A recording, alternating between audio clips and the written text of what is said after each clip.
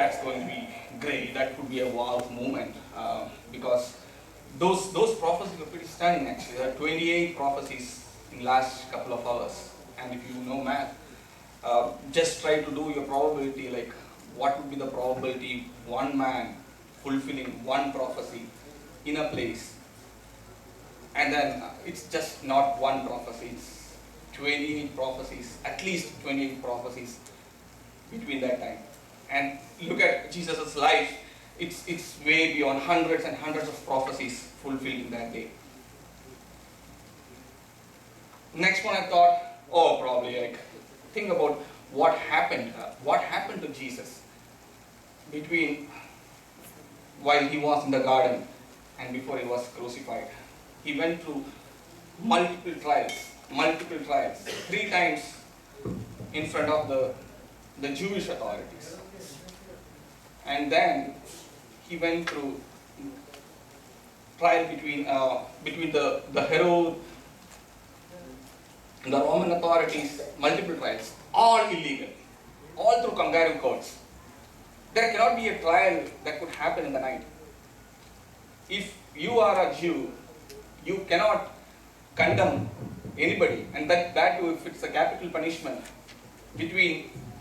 before the morning where the sacrifice is made. Everything that day happened was illegal.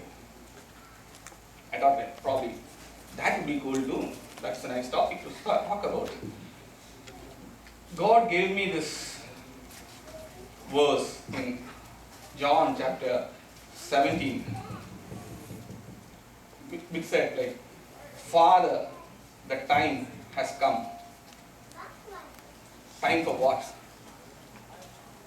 The time that Father and the Son prepared through eternity. The plan that God had right in the 3rd chapter of Genesis, where they had this plan. When he said, Father, the time has come, that I should give eternity to whoever you have given me.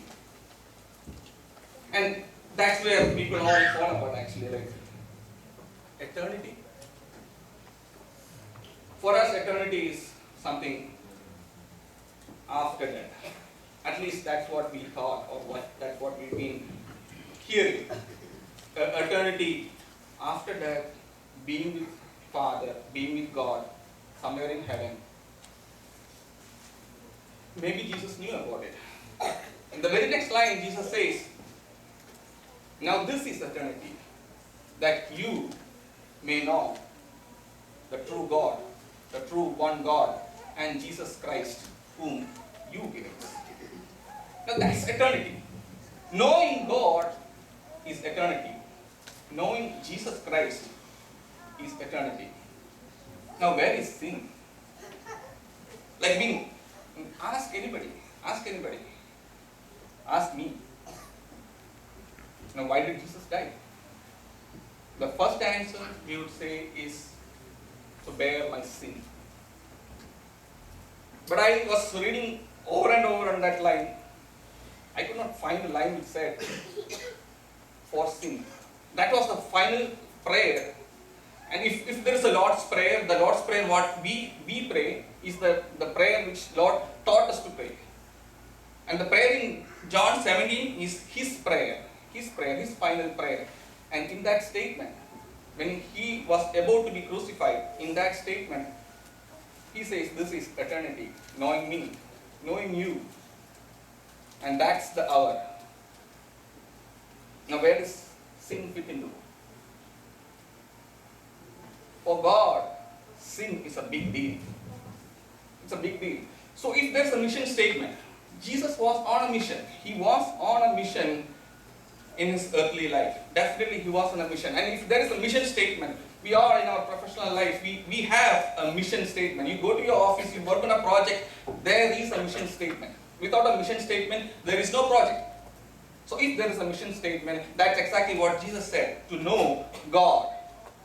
That's eternity. So what was causing that purpose not to be and that was sin. So if sin has to be considered, sin is an impediment. Sin is a barrier. Sin is the one that is causing me and God separate.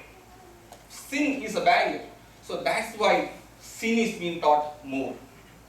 And we somehow get carried away in sin. And that's where the spiritual hypocrisy comes into picture. The spiritual hypocrisy is focusing on sin and somehow inherit the God's kingdom. Somehow get into God's place. And everybody knows about God actually. And everybody knows that someday I have to inherit. So inheritance. After death, I have to get into that place where God has kept for me. And that's my inheritance. Anything I have to sorry.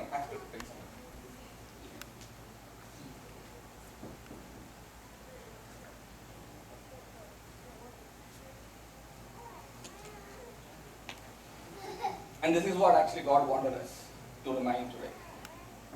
Think about today. Sin is a big deal. With sin, a holy Father who is blameless, who is sinless, He cannot tolerate sin. We all repented during these days. We all repented. We all have our confessions done. It's not something which we come and go through a confession thing that I did something.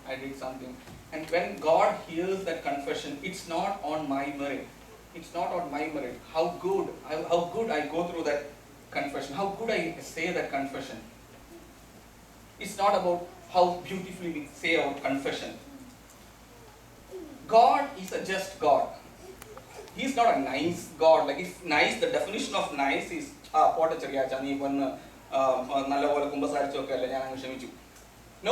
No. He's a just God. He's a righteous God. He cannot ignore sin. Somebody has to pay the price.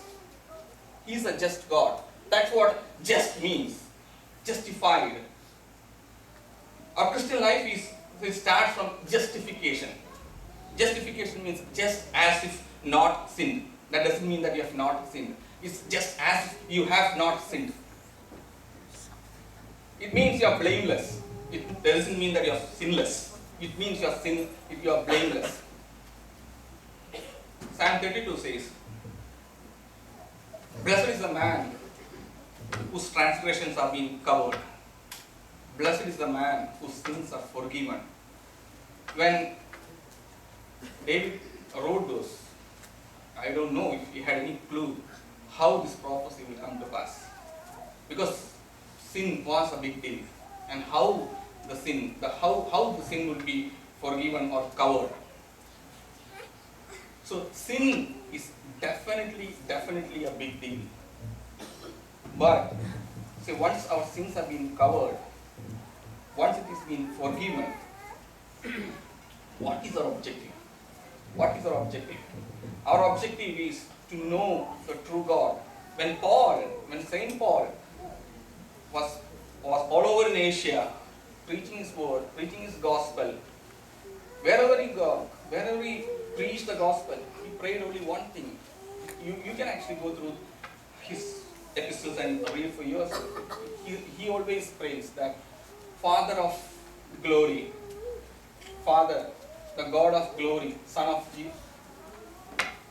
Jesus Christ, I pray that you give the wisdom and knowledge of God. That was Jesus' mission. That was Apostles' mission. Everybody who prayed, everybody who preached, everybody who evangelized had just one vision and mission: to let people know who was God. That separation was so fallen apart. Like, this is something which God put into my heart when I prayed about today. What makes you think that I am different from you?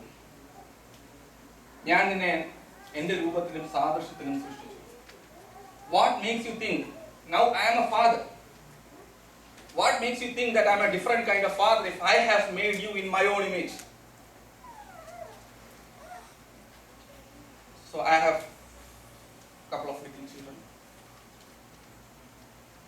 So when Jesus Christ said, Father, the time has come. I'm sure he knew, from Adam's time, from Genesis 3, it's been prophesied that Jesus has to do this some point in time. Jesus had a good idea, it's been prophesied all over. And when the moment came, Jesus was shattered. He could not bear that. Is that the suffering?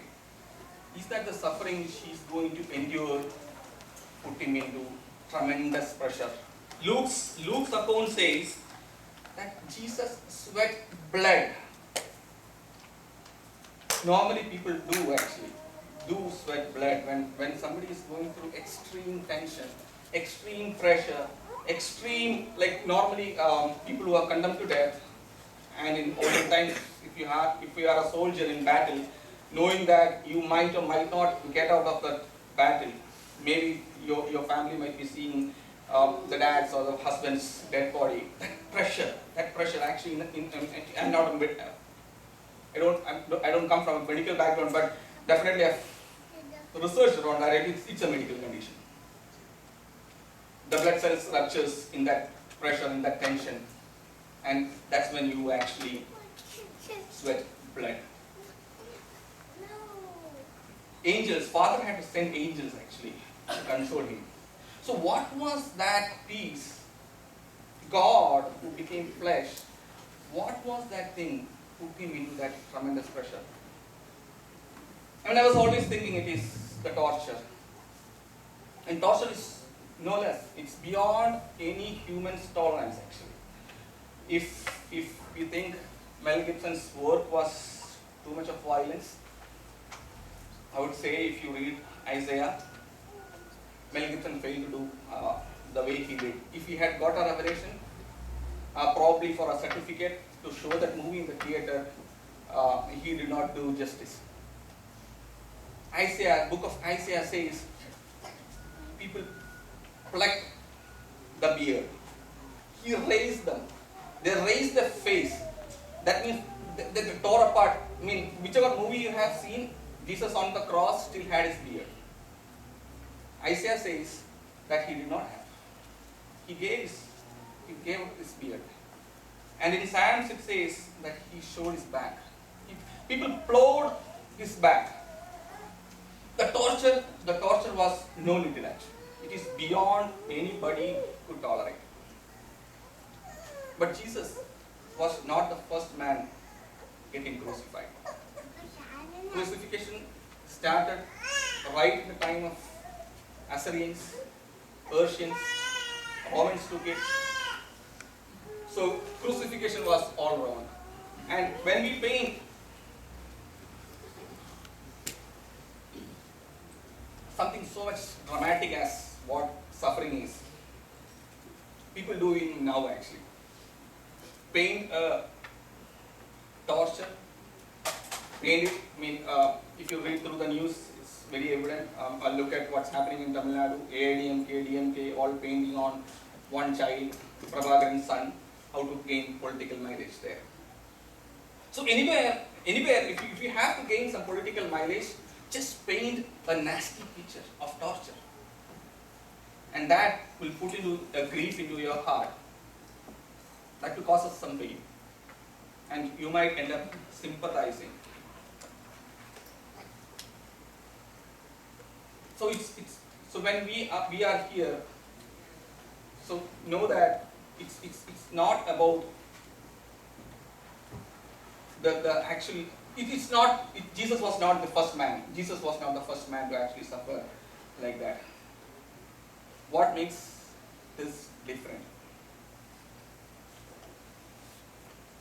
What makes different is who he is and what his purpose was. He was not any man, and his purpose was not any ordinary purpose.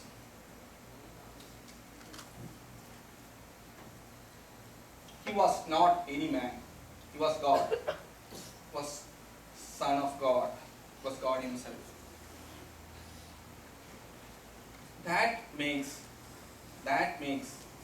his suffering different, his suffering unique, because his purpose, and that's the only message. If I have to pick one thing today, it's going to be his purpose, because we all the time we miss on that purpose. When we look up on the cross, it's not a tragedy. It's not a tragedy. We are not here on a funeral service to cry and mourn on a tragedy. Actually, it is not a tragedy. It is a victory. It is a victory. Why we have the reason why we should have that pain in our heart is not because of sympathy. It's not because look at Jesus, he suffered. Look at the pain. If you tell to somebody outside who is not a believer, he would definitely come back and tell you, okay, Jesus is not the first man. It's not that. It's when we start to see who we are. When you and me get into the shoes of Barabbas. When me and you know that who we are and what we deserve. When we look upon that cross and see ourselves, when we see ourselves in that place, every beating, every last drop of blood he shed was for my cause. It's hard to actually get that. It's hard to get that because we do not know the value God the Father has put on Jesus' blood. It was not my or your plan to do this sacrifice. We have never participated in this sacrifice. It was God's plan. To now value what God has done, you have to get into the shoes of a father. And when Jesus said, when Father, the time has come, through eternity the Father and the Son was one. They lived together. They made their decisions together. They were one. And we believe in one God. And that's their oneness. Jesus could not tolerate that separation. And that separation was, Jesus knew the power would bring him back to life. He'll be raised on the third day. But Jesus could not tolerate that separation. And that, when this came into my heart, that's what exactly broke me apart actually. If as a parent, if as a father, if we cannot tolerate being separated from our child, this is what we ask. What makes you think that I am different? You have been made in my own image. You have been made in my own image. You think like me. Don't think that I am different. If you feel that being separated from the child, the agony of separation, we always miss that. The agony of father. We have seen the agony of mother as prophesied. It came to pass. It can be dramatized, it can be picturized. But what the Father has gone through must come through revelation. That's why people pray about that. Because intellectual knowledge is something and revelation knowledge is something different. You could know everything about Jesus Christ. You could know every event between God and the cross. And the timings and the prophecies. You could know everything. But still it is possible that you could live a life without Jesus Christ. That's not because of we have been not taught. It's because we fail to value the blood. We have to start valuing the blood the way the Father values the blood. Because it was not easy for the Father, neither for the Son to get separated. That makes it unique. That makes it different. So that was something new for me too. And that was the prayer. And that right away went into my testament. The prayer always is to get the revelation knowledge of Father, the God, and the Son. And prophecies like, I just want to bring one prophecy. Like, there are actually 28 prophecies, as I said, got to pass in that few hours. The one particular prophecy which really, when I read that, it stunned me was in Daniel chapter 9, verse 26. So that's a prophecy on a 70-week prophecy. God, the angel, gave this to Daniel, and he gave 70 weeks right from the period of exile when the Israelites came back to Jerusalem, Israel, when they built the wall again, and 70 weeks, and that he gave it as a puzzle. And on the 62nd week, angel said to Daniel that Messiah would be cut off, not for himself. Messiah would be cut off, and then the sanctuary would be collapsed. Jerusalem would be shattered. That's not the exact word. Probably you'll have to read. But the prophecy says that the sanctuary will be no more there. So that was an event followed by when the Messiah would be cut off. So if in our intellectual thought we are waiting for another Messiah, good luck. Because in that case you will have to find somebody before AD 70 who fulfill all these prophecies.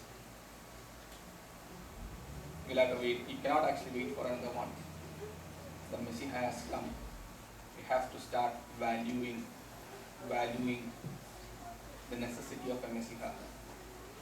We cannot claim to be good. We cannot be good enough to be called good. There is none to be called good but for the God. It's not like a small sin or a big sin. If I just throw a stone from there to that glass, or a pebble, or I just slam that with a rod, the glass is broken. The glass is broken, and the only way we could do it to replace it. So the only option is to replace it. So we are not in a rehabilitation program. We are in a rebirth program. We will have to, when we look upon that cross, know that me and you have switched the shoes.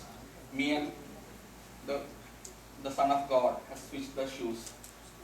When we continue towards our possession, towards the cross, know that we have switched our shoes. Now Jesus is in my shoes. Just like Barabbas, they switched their places. And Jesus walked towards the cross. Try to value what God has done. Try to value how much value Father the God puts upon the blood of His Son Jesus Christ. That's when the revelation knowledge would come into our heart. Otherwise it's going to be intellectual knowledge, and that's going to be a stage show. I pray again that let that revelation knowledge come and fill into our hearts. And before I conclude, let me thank Action for this opportunity. With all prayers, I